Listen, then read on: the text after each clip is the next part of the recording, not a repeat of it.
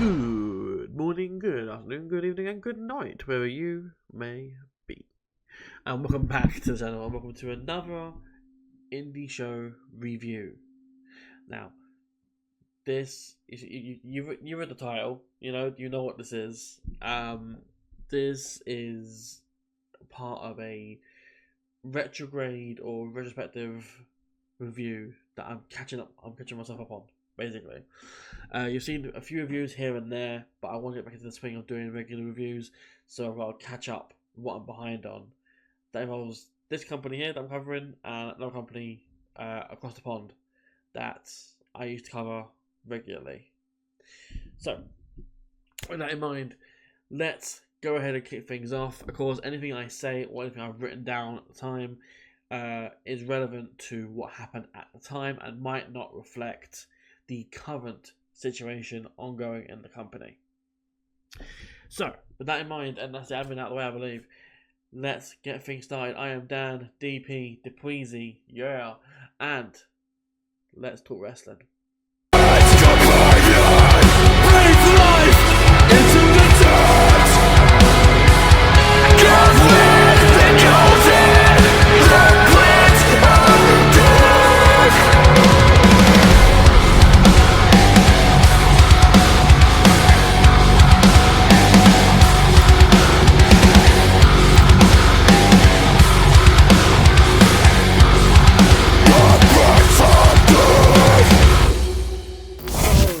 Welcome back to the channel. This is the indie show review, as I've already said, and this is for DKW Dropkicks Wrestling Fallout on the 27th of July last year, 2024. This took place in the Space Theatre in Westferry, London, which is not to dox myself here, but it's about a half-hour walk from where I live. So it's my ends, my area, It's not out there in Essex or Southend. It's London, my place. Anyway, we were in the era, a new era of DKW, as the tyrannous reigns of Tom Edwards and Fallon Jackson were thwarted by the hero known as Champagne Charlie. So, with a new person at the helm of the company, who would step up? Who would come out of the woodworks to make their claim and let their name be known? Well, we'd find out as we enter the fallout of the anniversary show. So the show kicked off with a fatal four-way to determine the main event, to determine the next challenger for Champagne Charlie, who would face Champagne Charlie in the main event of this show. So the winner here would open the show and also end the show against Champagne Charlie. So, on comms, I believe, was Champagne Charlie. And we had the following four in a match. We had Fallon Jackson, the former champion. We had Ricardo Borg, who, at the moment in time, not any big waves. Peter Miller, again, same thing, no big waves, just a regular. And Isaac Blair, who, at this point, I've spoken highly already about him. So, four very different styles, four very different characters. Who would come out on top and who would take the opportunity to make their claim and face Champagne Charlie in the main event of the show. So the end of the match came when Peter Miller attempted a mustache slam. I think it was his second or third attempt at the time. But Ricardo uses his rope, allegedly, to choke out Miller for the, I guess, submission victory? I don't know. Anyway, it's no DQ, so it's all above board. So Ricardo Borg has earned the title match for the world title, for the DKW British title, on the same night. He attacks Peter Miller post-match, and Champagne Charlie makes a save. I rated the match 3.5 stars. It was a great way to open the show and a great clash of styles among four different kinds of competitors and characters, as well as an even split of alignments too. Good guys, bad guys. It was fun to see the almost instant desperation of Fallon Jackson trying to align himself with Ricardo Borg, and then almost just as quickly his turning on Ricardo to try and get himself a victory. Isaac will always continue to shine in these matches, and more matches and more events that he gets, the better he will be. And Peter, of course, as well, is something very solid in his own right at this point. His fan base is also rising within DKW, as he tends to be one of the more over characters. I assume just due to his look and his character and its uniqueness. After this, though, we go into the unofficial Battle of Brothers as Ash Lee takes on Victor Lee. It was the second match of the night, a single match between, as I said already, brothers. But who knows? Maybe the winner of the match would take the official right to be called Lee, or to have the surname Lee. So maybe we can see a Victor or Ashley Lee. You know, Victor Lee, Ashley Lee. You know, you take the Lee and you add it to your name, or you know, Victor Lee squared, Ashley squared. Who knows? Anyway, Victor would definitely want to make an example, though, of one of DKW's Academy starlets. Meanwhile, Ash could use a win over Victor here in a whole plethora of ways. Ash reverses Victor's attempt at a burning hammer and hits Victor with a stunner. And that stunner does get a free for Ashley. So Ashley picks up the win. However, post-match, Victor does attack Ash and hits him with the Feast Your Eyes maneuver, which I do not know at the time I wrote that, but I have found out since. The name of it is the Burning Cutter. This was the first time that I had seen Victor, and he absolutely impressed me. With a hard-hitting, mixed of speed and tenacious approach to his arsenal, he took it to Ash, and Ash was able to keep up for the most part, being quite the young prospect star himself. Ash could not really attacks, but ultimately it just looked like Victor had the upper hand and the harder strikes throughout the majority of the match. So it was a surprise to myself to see Ash pick up the win in such a clean way as well. I will say, if I've got an image of it, I'll put it up, but I did predict at the time that Ash would win via a roll-up or something like that. But overall, good stuff, 3 3/4 stars, great stuff to keep me going. As we go into the first half main event, we have a match that happened last year as they competed in DKW Mayhem in the Go for Gold tournament. This would have been in 2023. They also clashed paths later on in that same year as Big O would have gone on to win the DKW British title from Tom Edwards, shocking everyone. So, of course, we have, Tom Edwards and Big O. He loses back to Edwards shortly thereafter. Big O also lost his chance at the world title the last time DKW was in the Space Theatre at Race for the Case, which was ultimately won by Fallon Jackson. On the other side of the coin, Tom Edwards has got a rich history, but has taken a bit of bad luck recently, losing the DKW British title to Champagne Charlie, and then proceeding to lose to Ash Lee the following month. He did beat Peter Miller, though, at the anniversary show, so that is a positive for him. Ultimately, though, in this match, the stakes being here, of course, that you want to win to just get that momentum going, and the winner is Big O, who wins with the Frog Splash. I rated 3 1/4 stars. When these two fight, it always feels like a battle of titans, and rightfully so. Both men being former DKW British champions. However, the only thing negative that I would say about this match is that I felt it at times going a bit too slow. Again, this is me at the time that I wrote these notes. And you can feel it in the venue when there was occasionally no noise at all. However, the match itself was good. It had plenty of back and forth, and even at one point went to the outside when a Big O suicide dive sent him through a set of double doors that led to the outdoor courtside area. Even after one Frog Splash, though, it wasn't enough to put Tom down, so a second one did the job for Big O, who seems to be making some headway for himself on his, I'm assuming here, his quest to go after the DKW British Championship once again.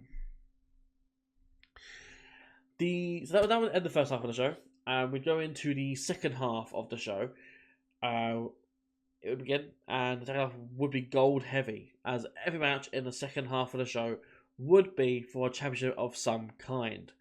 So everyone back in their seats, and the action ready to begin once more. We would go into the fourth match of the night, which was for the DKW Showcase Championship, as we saw challenger Billy Nitro, along with Luca Valentino, taking on the champion, Axel Woods. Here we had a battle for the Showcase Championship between current champion Axel Woods and Billy Nitro. Benny has a promo before the match where Benny declares himself the best current wrestler in DKW. So not only as the best current wrestler, but the best wrestler that the UK has ever produced, and the best wrestler that DKW has ever produced. Same company has produced, Wade Barrett, Nick Aldis, Elton Prince from Pretty Deadly. They're all, mainstream TV stars. Anyway, he says that DKW deserves a proper champion, and the current champion needs a razor and a gym membership. Bit harsh. He and Luca exchange. I say that's someone who's got a gym membership. He and Luca exchange comments that Axel could be 70, 80 years old, and that it's guaranteed that there will be a new Showcase champion and another common Benny W. And who would win in this battle for the Showcase title? Well, the answer is very simple. The answer was Benny Nitro. And we've got a new DKW Showcase champion. I rated it 3 stars. Benny won with the springboard double stomp in a match that felt a lot like past v present. We saw challenger Benny Nitro defeat DKW Showcase champion Axel Woods in what was honestly a quite clean and quite one-sided affair. Axel didn't have much control of the match, and when he did, it didn't last too long. Luca's presence was felt at times too, so Axel had a lot to deal with. However, the numbers game became too much, and with the cannon that is Benny Nitro, something had to give. I enjoyed the match and the clash of styles, mixed with a clear pro and anti appreciation from the crowd, added to the atmosphere, and I'm looking forward to the reign of Benny Nitro and seeing what it brings. Again, comments at the time. Comments are made of the time, and things have changed.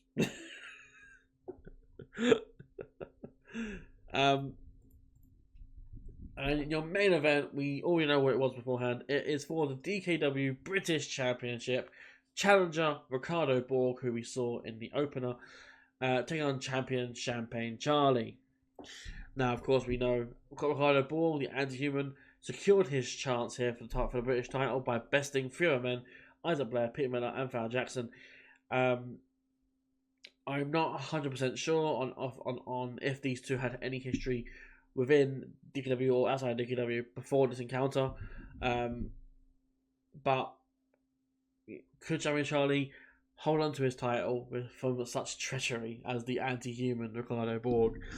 So the answer would be yes. Charlie wins via a corner-assisted flip-over pin from Ricardo's rope choke. Think Bret Hart, WrestleMania 13. Like the corner, and then over the top, and then bridge, 1, 2, 3. 4 stars, honestly. I really enjoyed this. I've said this before, and I'll say that again. Words don't even begin to describe what Ricardo Borg is. He shouts a lot. He believes in ducks being a superior being to humanity. And that's barely even scratching the surface. He's a fighter who will utilize the dirty tricks in the book to come out on top, and he will scream into your face about the movement that is Quack Power. Meanwhile, Champagne Charlie had had a bit of a tumultuous journey to get to his spot as the DKW British World Champion, as he won the title from Tom back in May, but found the one that stole it away with the one of him cash-in briefcase, which Champagne had to go to war with Founder back at the anniversary just to get it back. But he did do just that, and now he's had to go against Ricardo Borg, and he's successfully done it. But albeit it wasn't necessarily the cleanest way, but Champagne Charlie used his brain, and with that he was able to overcome the threat that is Ricardo Borg. However, it has to be said, Charlie seemed like he was struggling to deal with Ricardo Borg. And I don't blame him, because Ricardo Borg is a force of nature by himself. He hides that rope successfully, and he uses it and he chokes you out. And as your lights are fading, you can't reach for the rope, there's no one to help you, you're fading, and that's where Champagne Charlie would have been had he not been at the corner to utilise momentum over Ricardo for the bridge pin. Is what it is. But yeah, Charlie does showcase his resilience, as I said, and his endurance as well by being able to withstand the damage that he'd taken from Ricardo. But also Ricardo as well. He had a match earlier in the night, and he seemed like nothing had changed. Like, he seemed like he weren't tired. He seemed like he was fine completely. Like, he hadn't been in the match already. So, amazing conditioning. Fun stuff, and definitely a fun main event. The main question is now, what is next for Ricardo Borg? And also, who else will step up to try and take the title away from Champagne Charlie? And will they succeed? All this and more to find out soon. But no, that does bring an end to this show review. Of course, it's going to be a shorter one. I am trying to get through a bit quick speed. And when it is just me, there's no one to, bounce off. But more on that in a later episode. Yeah, honestly, fun show all around. It's always fun seeing DKW do shows, and there's nothing quite like a DKW show. And normally I'm quite skeptical of, family-friendly wrestling. But it's different in DKW. And I can't explain it. But the only way you'll understand what I mean is if you go to the website, buy a ticket, and attend a show that's nearby to you. Whether you're in London, Woodford, Essex, Southend, wherever you are, get a ticket to their show. The link's in the description below. Just do it. Just do it. And yeah, that does bring an end to this review. I've been Dan DKW. Please follow me on Twitter, just DKW, or the podcast itself underneath here, which is Twitch, Twitter, Facebook, and Instagram. Also on TikTok and Blue Sky. So if you're so inclined, please do follow us or me on all of those platforms. Every little counts. The video as well, like, share, subscribe to the channel, comment below. What was your favourite match from the show? I'll put a link in the video below as well as to the show where you can watch it, because everything they do, they put on YouTube, which is the way companies should be doing it, because YouTube is an amazing resource to reach out to all your fans. It should have been behind a paywall, and that's something I believe strongly in. But yeah, sorry. Yeah, that's DKW Fallout, and I'll see you in the next one of another show that is coming up soon on the channel.